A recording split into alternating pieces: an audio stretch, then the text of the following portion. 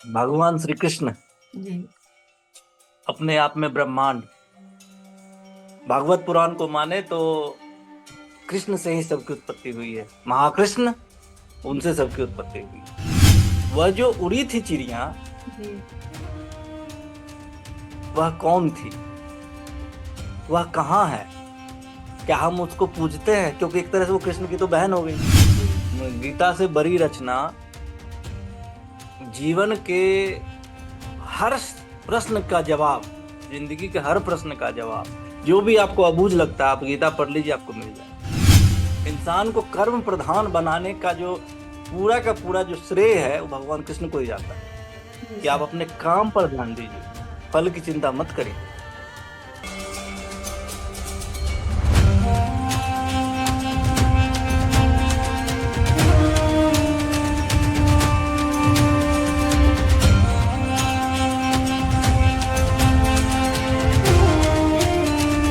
नमस्कार।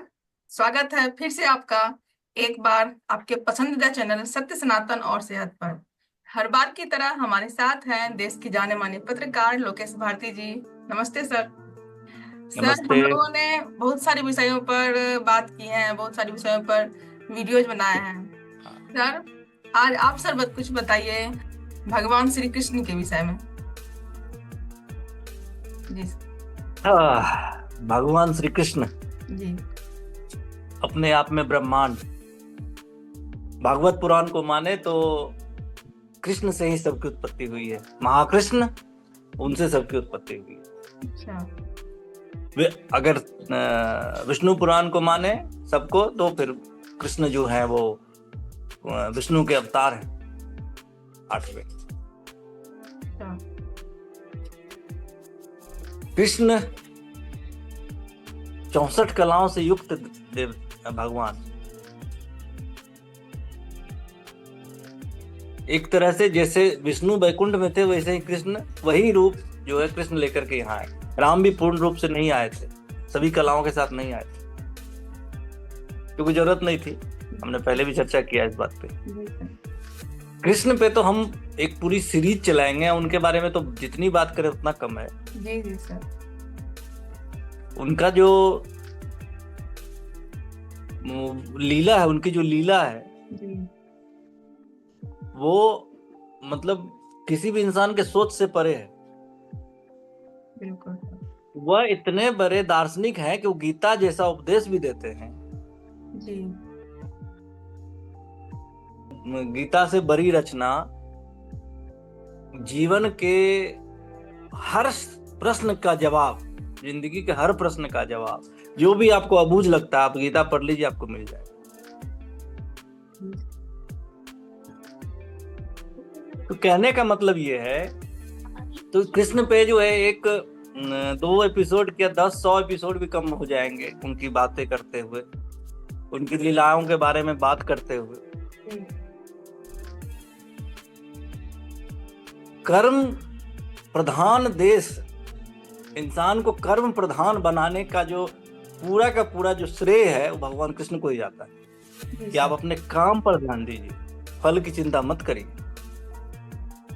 कृष्ण भगवान से जुड़ी हुई एक बड़ी अच्छी कहानी है। कई लोगों ने सुनी भी होगी, कई ने नहीं सुनी होगी, या किसी ने थोड़ी बहुत सुनी होगी। जब कंस ने कृष्ण के बाकी भाइयों की हत्या कर दी थी जेल में, और जब कृष्ण आए तो उधर जो गोकुल था वहां पे एक लड़की भी पैदा हुई थी। जी सर। और कृष्ण कंस को यह पता था कि जो है देवकी का 8वां पुत्र जो है मेरी हत्या करेगा। जी। तो रात में जो कहानी सबको पता है कि यहाँ से वासुदेव जो है वो जब पैदा हुए कृष्ण लेकर गए गोकुल, वहां से फिर उसको उस लड़की को लेकर के आए कि कृष्ण जो है कृष्ण कंस तो इसको मारेगा नहीं। क्यों? क्योंकि वो कृष्ण देवकी का 8वां पुत्र मारना है, पुत्री तो मारेगा नहीं, कृष्ण को मारेगी नहीं। तो इसलिए कंस जो है ये पुत्री को जो है कुछ नहीं कहेगा। लेकिन कंस तो ठहरा कंस, उसने उस लड़की को भी उठाया और मारने के लिए पटक के मार देंगे। तो जैसे हाथ में उठाया वैसे ही वो चिड़िया का रूप लेकर के उड़ गई जी और भविष्यवाणी कर दी कि कृष्ण तो पैदा हो चुका है और तुम्हारी हत्या करेगा। तो वह जो उड़ी थी चिड़िया, जी वह कौन थी, वह कहाँ है? क्या हम उसको पूजते हैं? क्योंकि एक तरह से वो कृष्ण की तो बहन हो गई। जी सर। यह आज का जो विषय है उसी चिड़िया पर है, उसी कृष्ण की बहन पर है, उन्हीं कृष्ण की बहन पर। उनका नाम था एकांगनशा, कई लोग एकांगा भी कहते हैं, अच्छा। और वर्तमान में उसको पूजते भी हैं।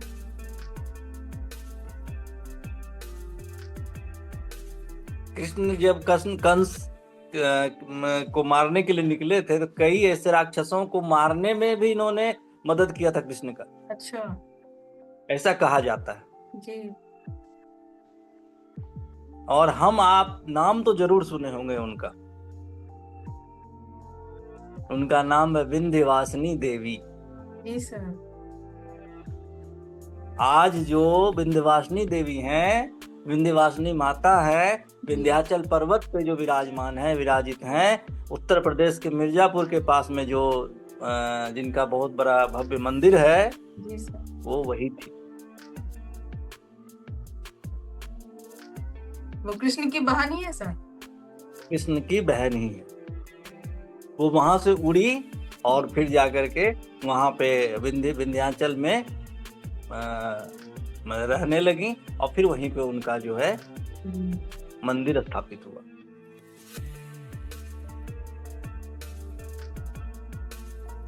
मैंने पहले ही कहा था इस वीडियो की शुरुआत में, कृष्ण रामचंद्र जी आगे क्या करते या आगे क्या करेंगे, अगर तुम नहीं भी पढ़ी हो पूरी रामायण तो बता सकती हो रामचंद्र जी के वो माफ कर देते या ऐसा करते। कृष्ण भगवान ऐसे हैं जिनके बारे में प्रिडिक्ट नहीं कर सकते कि अगले क्षण क्या करेंगे। बिल्कुल सही सर। उनके लिए धर्म की स्थापना जरूरी थी, चाहे उसके लिए थोड़ा बहुत अधर्म का भी सहारा लेना पड़े तो समस्या नहीं है, क्योंकि उस युग में अधर्म का स्तर द्वापर में बहुत बढ़ गया था त्रेता की तुलना। इसलिए वक्त के हिसाब से भगवान को बदलना पड़ता है। अब कल्कि आएंगे, अब कल्कि के समय में आप ये नहीं सोच सकते कि सतयुग वाली परंपरा को लेकर के बढ़ेंगे आगे, नहीं हो सकता है।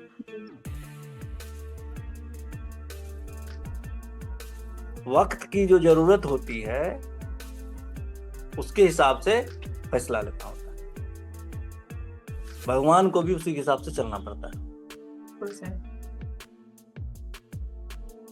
तो मैं ये कह रहा था कि जब भी गुजरे मिर्जापुर से, हालांकि मिर्जापुर अभी वो सीरीज की वजह से बहुत चर्चा में रही है, अच्छी चीज, लेकिन वहां विंध्यवासिनी मंदिर है, पहाड़ी पर है, विंध्याचल पर्वत पहाड़ी पर, तो दर्शन करना चाहिए और उनका आशीर्वाद लेना चाहिए। उस इलाके में स्थिरता लाने में, प्रकृति प्रकोप से बचाने में कहा जाता है कि विंध्यवासिनी माता का बड़ा अहम रोल रहता है। ये कहानी तो सर हम लोगों ने बचपन में सुनी थी कि यशोदा के गर्भ से वही एक कन्या का जन्म हुआ था और फिर वही ले गए थे वासुदेव जी। ये वही विंध्यवासिनी है, ये शायद बहुत कम लोगों को पता हो। बहुत लोगों को पता तो होगी लेकिन हो सकता है हाँ नहीं जानते, हाँ बस, लेकिन ये इसकी कई जगह इसकी चर्चा भी है। जी सर। इस बात की कई जगह चर्चा, गर्ग पुराण में भी चर्चा है, इसके बारे में विस्तार से जानकारी भी दी गई है। और जो कन्या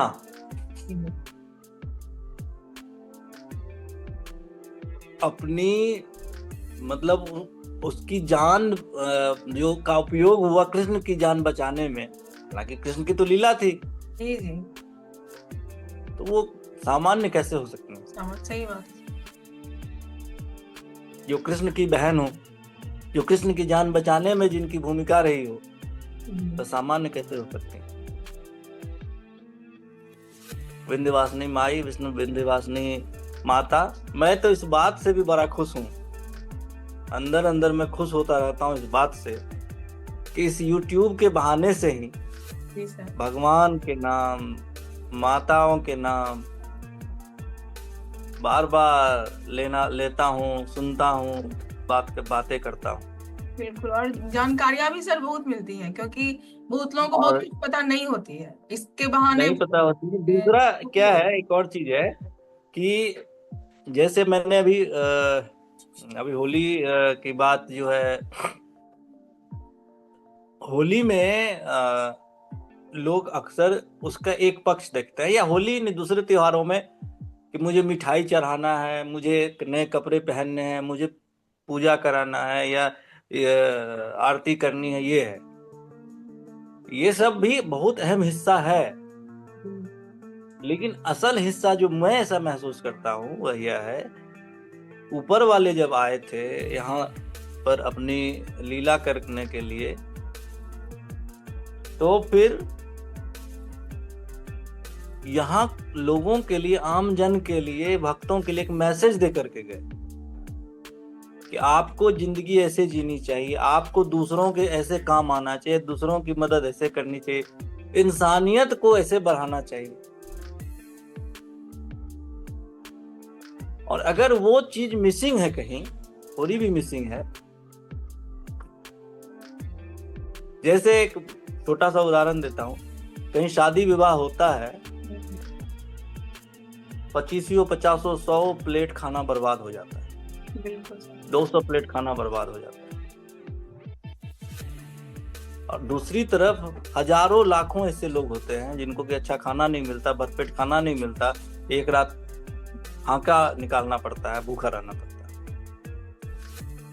हम अगर ऐसी कोई व्यवस्था कर पाए तो जो बर्बाद हो रहा है, मैं ये नहीं कह रहा कि बाकी लोगों के लिए आप खाना बनाइए, जो बर्बाद हो रहा है उसका सदुपयोग कर दिए, बिल्कुल, बर्बाद में अन्नपूर्णा देवी आपसे प्रसन्न हो जाएंगी। सही बात। आपने अगर कुछ प्रसाद चढ़ाया, बहुत ज्यादा प्रसाद चढ़ा दिया, बर्बाद हो रहा है वो, तो भगवान ये देख के खुश थोड़ी होंगे। नहीं, आप उसका दे दीजिए जिनको जरूरत है, देखिए आपको भी अंदर से खुशी मिलेगी, सही बात। ऊपर वाला तो होगा ही खुश। तो हमने जो ये चैनल बनाया, YouTube चैनल, इसका मकसद बस ये है कि हम केवल शब्दों के पीछे ना जाएं, बिल्कुल, जो बाकी लोग कर रहे हैं वही ना करें। असल खुशी किसमें मिल सकती है, किस तरह के काम में मिल सकती है। अगर कभी जब पितृपक्ष होता है, आप अपने पितरों को जल देते हैं, बहुत अच्छी बात है, बहुत अच्छी परंपरा है। मैं इस परंपरा के नाम से खुश हूं कि आप अपने पितरों को याद करते हैं, जिनके आप जनरेशन है, जिनका DNA आपके अंदर चला आ रहा है। कभी इस पे बनाऊंगा जब वो वक्त आएगा तो।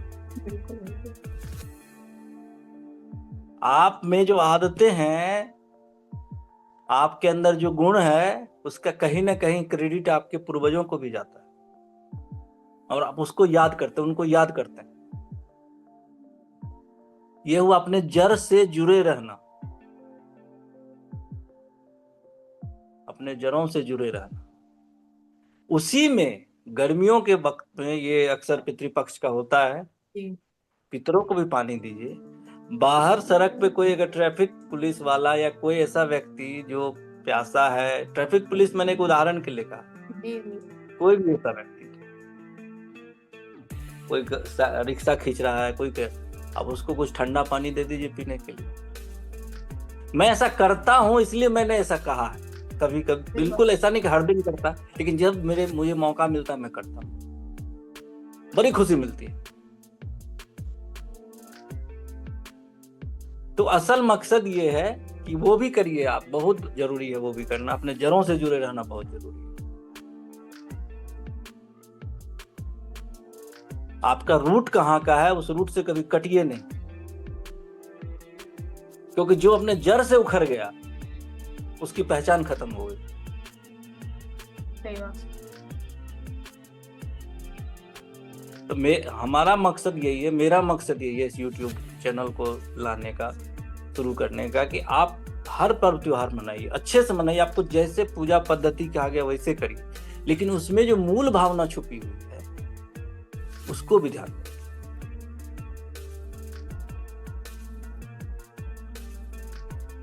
होली मनाते हैं, दीपावली मनाते हैं, या जो भी पर्व मनाते हैं, उसकी जो मूल भावना है। दीपावली में जैसे आप घर को रोशन करते हैं, अलग अलग बल्ब, ट्यूब जो जलाते हैं और घर को रोशन करते हैं, कैंडल, दिया सब जलाते हैं। अपना घर भी करिए रोशन, अगर मौका लगे तो किसी ऐसे व्यक्ति का भी घर रोशन कर दीजिए, किसी ऐसे बच्चे को भी खुश कर दीजिए, पटाखे दे करके या कुछ भी दे करके, खिलौने दे करके, वो आप खुशी देख लीजिए ना। आपको ये सब खुशी से ज्यादा शायद अच्छी वो खुशी लगे। सही बात है। मेरी बात है किसी को अच्छी ना लगे, लेकिन मैं तो ऐसा ही मानता हूँ। आपकी वजह से असल कोई मकसद दूसरा अगर मुस्कुराता है, किसी दूसरे के चेहरे पे मुस्कान आती है, तो वो तो सर बहुत बड़ी बात होती है। बिल्कुल, तो इसीलिए वैसे भी मैं आपको लिख के देता हूँ, मैंने सेहत पे भी बहुत आर्टिकल लिखा है, मेंटल हेल्थ पे बहुत आर्टिकल लिखा है, मानसिक सेहत पे। मैंने उसमें कहा है कि जिस दिन से आप दूसरों की खुशी में अपनी खुशी खोजना शुरू कर देते हैं, आपका स्ट्रेस लेवल बहुत कम हो जाएगा। मैं ये चीज लिख के दे सकता हूँ, बस वो खोजने का जज्बा होना चाहिए, ललक होनी चाहिए, इच्छा होनी चाहिए। खैर, हम लोग बहुत भटक गए अपने बातों से। और एकांगशा और एकांगा जो है वो कृष्ण की बहन थी, और वही विंध्यवासिनी देवी हैं। तो विंध्यवासिनी माता को प्रणाम करते हुए, बिल्कुल, और कृष्ण पे हम लोग पूरी सीरीज बनाएंगे, जी कृष्ण महाकृष्ण, बिल्कुल, कि कृष्ण के का आना जो है कैसे कलयुग की तैयारी का एक बहुत अहम पड़ाव था। बिल्कुल। अब सोचो, अगर कृष्ण नहीं आते और वो गीता का उपदेश नहीं देते, तो आज कलयुग के लोग कैसे अपना जिंदगी जीवन जी रहे होते, कैसे जी रहे होते, क्योंकि वो तो मूल चीज ही नहीं मिलती उनको। कि जीना कैसे है? आप सोचते रहे मैं काम कर रहा हूं, मेहनत का मुझे फल नहीं मिल रहा। उन्होंने पहले कह दिया, काम करो, मेहनत करो, फल की चिंता मत करो। तो इसलिए कृष्ण का आना द्वापर में कलयुग में तो के सर हर सवाल का जवाब है। तब गीता में तो बिल्कुल हर सवाल का जवाब है। यही तो मैं हमेशा कहता हूँ, निष्काम कर्म, ऐसा कर्म जिसमें आपको फल की चिंता नहीं करनी। ठीक है, तो चलिए आज के लिए इतना ही रखते हैं। जी सर, देखते चलिए, रहिए। धन्यवाद। देखते रहिए सत्य, सनातन और सेहत। बिल्कुल, सब्सक्राइब करिए, लाइक्स करिए, सवाल पूछिए, शेयर करिए, बेल दबाइए। जी, सवाल हमसे पूछते धन्यवाद। रहिए। धन्यवाद। धन्यवाद।